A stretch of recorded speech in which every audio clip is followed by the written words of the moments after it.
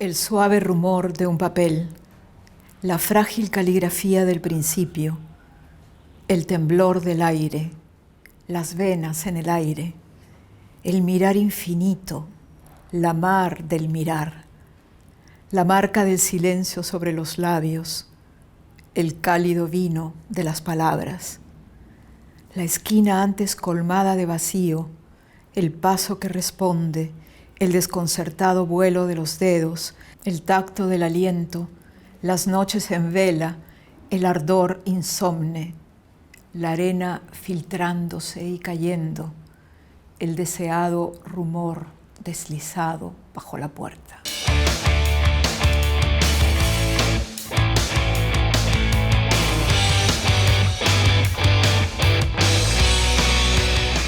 A través de 4 poemarios publicados desde finales de los años 70, Ana María Gasol ha ido constituyendo una voz particular e inconfundible.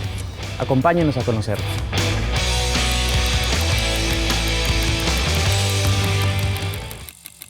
Calle empinándose, por donde baja el viento que hace difícil la cuesta. Calle despertando, se abren las puertas y escobas inquietas barren las veredas. Rumor que se levanta y la revive. Buenos días de vecinos mirándome de reojo. El aroma del pan recién horneado acompaña mi ascenso cada mañana. Ana María, en tus primeros libros, en Contratiempo y Distancia y Cabo de las Tormentas, algo que los caracteriza es la concisión, la concentración del lenguaje, el lirismo, que es algo muy distinto de lo que estaba ocurriendo en los años en que los escribías y se publicaron en la poesía peruana y en la poesía de tus contemporáneos. ¿Cómo te sitúas en ese contexto? ¿Cómo te sitúas con relación a la poesía de ese momento? Bueno, por lo general, a mí desde pequeña, cuando leía poesía en italiano o en español, me gustaba la poesía que concentrara el sentido y que tuviera algún efecto casi al final, ¿no? Siempre me gustó eso. Eso puede haber influido. Por otro lado, en la época en que escribo el primer libro, que es los años 70, yo estaba muy cerrada en mi propia experiencia y no vivía prácticamente una experiencia de grupo ni de conjunto, ¿no? Luego, cuando trabajo en el segundo libro, la mayor parte lo escribo fuera del país, cuando viví en España más de 2 años y medio, y sigo, digamos, trabajando sobre esta idea del poema que concentra. Ahora, lo que se estaba haciendo en los años 70 en el Perú no lo llego a vivir, porque no tengo amigos de esa época. Mis amigos en la universidad estaban más en relación con la crítica que otra cosa, y porque he sido siempre una persona solitaria, probablemente por eso, ¿no? La poesía de los del 70 la leo después, cuando yo ya he hecho, digamos, un camino, cuando yo ya he decidido qué es lo que quiero hacer en poesía, y no me he identificado con esa forma muy, digamos, muy coloquial, muy de poesía de la calle, porque no era mi vivencia, básicamente por eso.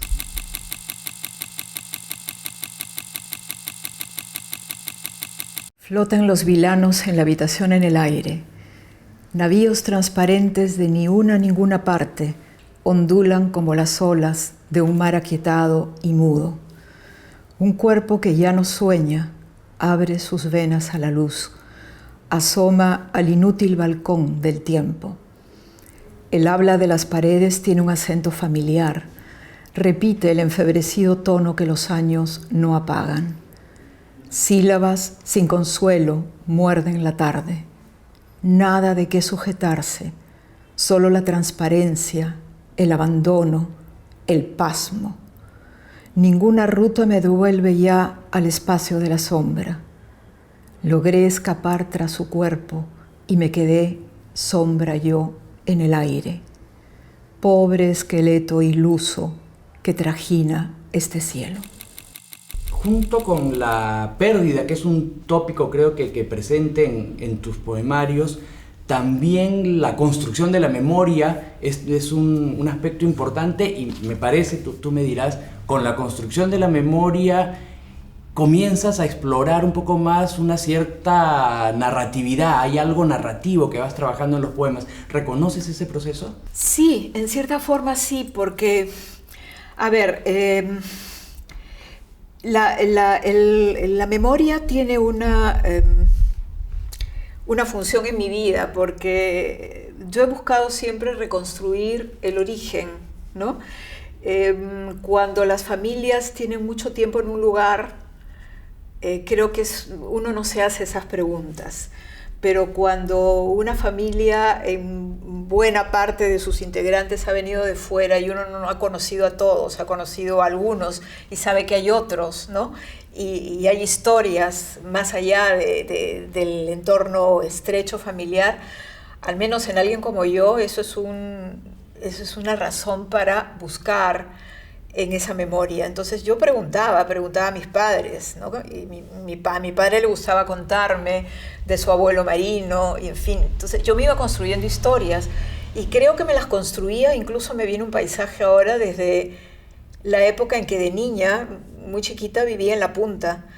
Y a mí me gustaba sentarme en la playa de Cantolao de niña, coleccionar piedras y mirar a la distancia e imaginarme cómo podía ser la vida más allá de ese mar, y cómo podían haber llegado aquellos que vinieron por mar, ¿no? Entonces, con el tiempo, esas historias van creciendo en mi memoria, en mi fantasía también, y empiezo a imaginar cómo serían esos viajes tan azarosos, tanto tiempo atrás, cómo llegaron, por qué llegaron. Hubo muchas preguntas, y eso me hizo ir hacia atrás, ¿no? Es una manera de buscar las raíces.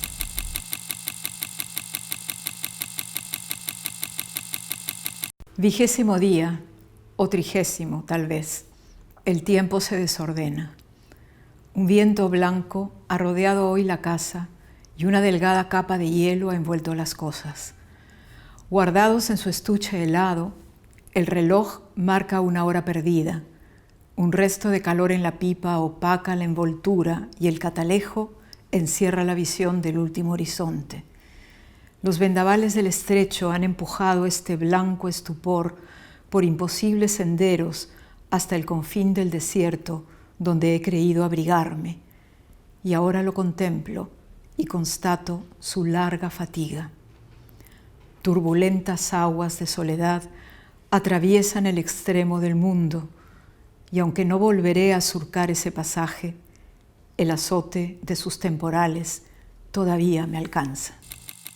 En Cuaderno de Ultramar, que es el último poemario que has publicado, ese trabajo con la memoria está justamente en relación con la imagen de tus ancestros y de este bisabuelo marino que mencionas. Y el libro además se publica como nombre de autor, con el nombre de Felice Yanua, creo que no lo pronuncio bien, pero aparece como un juego de despersonalización, de alejamiento de tu propia voz entonces, pero al mismo tiempo pareciera como un esfuerzo de mirarse en el espejo del otro. Bueno, en el momento que yo empiezo a escribir ese libro se convierte en una obsesión. La verdad fue una obsesión. He pasado por lo menos un año dándole vueltas al personaje, pero yo sabía que no quería escribir sobre el personaje tal cual fue, cosa que además era muy difícil de saber porque incluso mi padre no lo había conocido. Y entonces empecé a crear un personaje a partir de él, que fuera él y que fueran otros. Y lo que tú dices en cierta forma es cierto, aunque yo no tomé conciencia en un principio de eso, que de alguna forma fuera también yo. Paralelamente a eso, yo había llegado a la convicción de que yo ya no tenía que decir mucho más como Ana María Gazzolo. Tenía la impresión de que ya estaba bien de Ana María Gazzolo y de las cosas que digo siempre. Creo que también la lectura de Pessoa de alguna forma me lleva a buscar esa despersonalización, pero yo quería que fuera realmente otro, no fuera solamente yo transformado, ¿no? Sino que fuera otro, y empecé a construir una historia. La historia tiene datos de la realidad, pero tiene datos que yo le inventé. Incluso cuando estaba escribiendo, entre ese libro y lo que quería hacer después, empecé a escribir una historia en narración, que no la he publicado, en la que reviso cómo se hace marino en Génova. Entonces yo llego a irme a Génova para caminar esas calles, esas callejuelas del puerto, porque quiero sentir los olores, quiero ver los colores, quiero todo eso, ¿no? Pero en un momento dado ese personaje se transformó, me obsesionaba de tal manera que empecé a construir la idea de un personaje que buscaba realmente el naufragio, ¿no? Y que en este momento él ya ha naufragado. Mi abuelo no naufraga, ¿no? O sea, eso no tiene nada que ver con la historia, pero lo veo como un náufrago, es decir, ha terminado su viaje, ha encallado el barco y él llega, quiere olvidarse del mar. Ya cómo construí eso no tengo la menor idea, ¿no? Pero me di cuenta que el personaje fracasado me interesaba. Construye un personaje que ha fracasado, que ha perdido el mar, pero al cual el mar lo vino a buscar, ¿no? Y eso ya no sé cómo lo construí, fue ya pura fantasía. Y en este libro, en todos tus libros en realidad, pero en este más todavía, se nota la presencia de lo italiano, ¿no? Sí. No solamente en términos de que el personaje viene o parte de Italia, sino también en el mismo manejo del lenguaje, ¿no? Hay poemas que están escritos en castellano, en italiano, pero también llega un punto en que las lenguas se confunden. ¿Qué tan importante ha sido para ti, o es para ti, para tu poesía y para tu vida, la referencia de lo italiano, desde lo biográfico, pero también más allá de lo biográfico? Bueno, ¿puedo agregar algo a lo anterior? El apellido lo construyo a partir del nombre de Génova. Busqué un antiguo nombre de Génova, ¿no? Y parte de ahí. Quería que fuera representativo de alguna forma de eso. Ahora, lo italiano ha estado desde que nací. O sea, incluso vivir en la punta era vivir entre italianos. La mayor parte de la gente que vivía en la punta eran también descendientes de marinos o de inmigrantes, ¿no? Mi padre enseñaba en el Colegio Raimondi, yo estudié en el Colegio Raimondi toda la época escolar. Escuché el italiano desde siempre y el sonido del idioma para mí fue siempre algo muy importante, ¿no? Entonces, ese sonido creo que de alguna manera recala en mi poesía, de alguna forma, ¿no? Luego viene la lectura de poesía en italiano, que la hago desde el colegio, ¿no? Porque teníamos libros de lectura, nos hacían aprender poemas en italiano, y entonces la lengua está ahí, es la sonoridad de la lengua la que me queda metida, ¿no? Luego, ya más adelante, busco poetas italianos, los leo en italiano, y ha estado siempre me ha acompañado, es la lengua que más me gusta, ¿no? Aparte del español, el español es una lengua que me gusta, pero son lenguas muy distintas en cuanto a sonoridad. Creo que te decía hace un momento, cuando soy más dramática, creo que tengo algo más del español, y cuando el asunto es más melancólico, más melodioso, creo que de alguna manera interfiere el italiano, ¿no? Allí yo quería que el personaje, para hacerlo más auténtico, dijera algo en italiano, ¿no? Y entonces en algún momento empiezo a sentir que debo entrecruzar las lenguas también, ¿no? Entonces mezclo algunas palabras en textos que están en español con italiano, pensando que se puedan entender también, porque no quería hacer ninguna nota a pie de página traduciendo. De alguna forma, el lenguaje en ese texto debía conducirme también al personaje, ¿no? Y debía conducir al personaje a quien lo leyera, ¿no?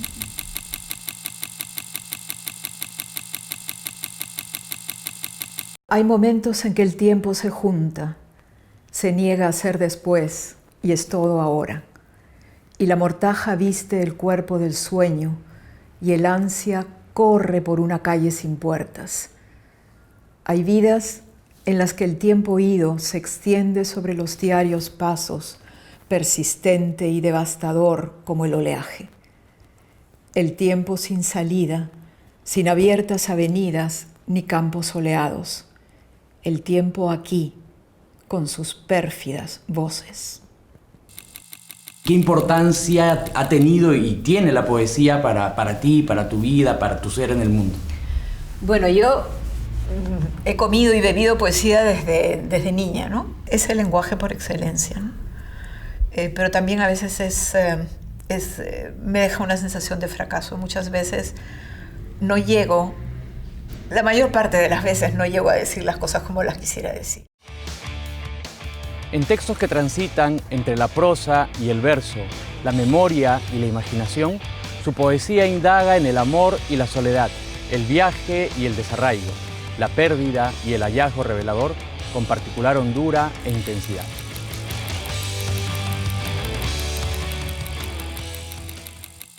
¿No te retuerces con el chillido del silencio?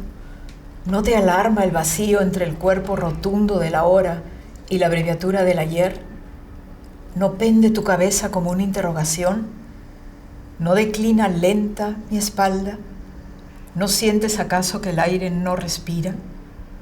¿Sabes que de donde venimos no quedan sótanos ni estatuas, que edificios, puentes y avenidas cayeron por los balcones y el último ladrillo rozó el talón de nuestra marcha? El camino es un lagarto inmóvil, un oscuro charco que destella y confunde. ¿Qué azar te subió a este vehículo sin estribo donde me sobrecoge el vuelo de las sombras? ¿Ensayas como yo la urgencia de existir? ¿Abrigas el alma en el bolsillo? Cabalgan por el páramo dementes alaridos. ¿No los escuchas?